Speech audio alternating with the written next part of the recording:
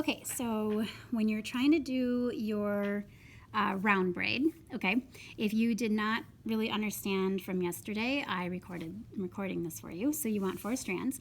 It's very helpful when you're starting that you have different colors and that you use duct tape instead of masking tape, and you just kind of knot that, and then you're going to start to weave.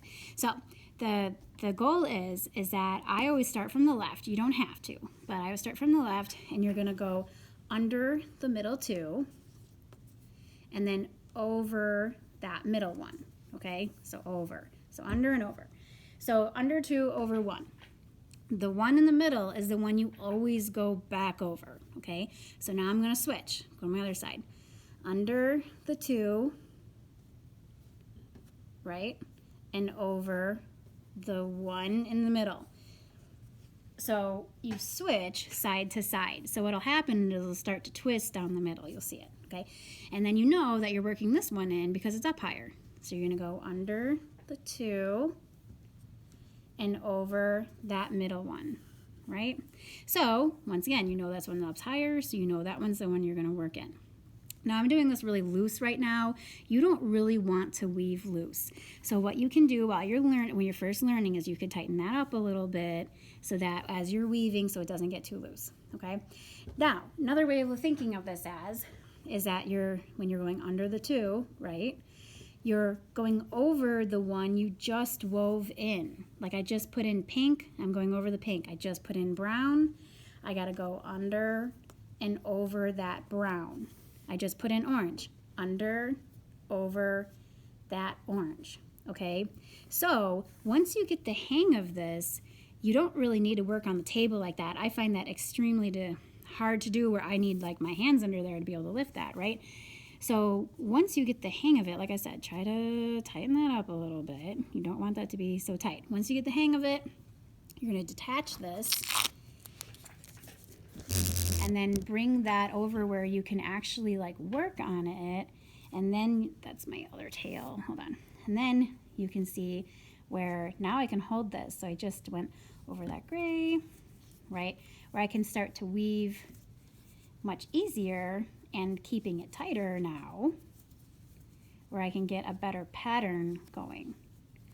So you want it a little tighter. It doesn't have to be super tight, but definitely tighter than what I had. This is pretty good. So like friendship bracelet tight, right? You'll notice that if you're doing this right, you will start to get a pattern going. So see the pattern? It's like a rotating kind of pattern. So now if you mess up, that's okay. Like if I forget what I left off on here, let's say I can't remember. Okay, so I'm just gonna go back. I'm just gonna keep doing that under 2 over 1, but I did mess up, okay?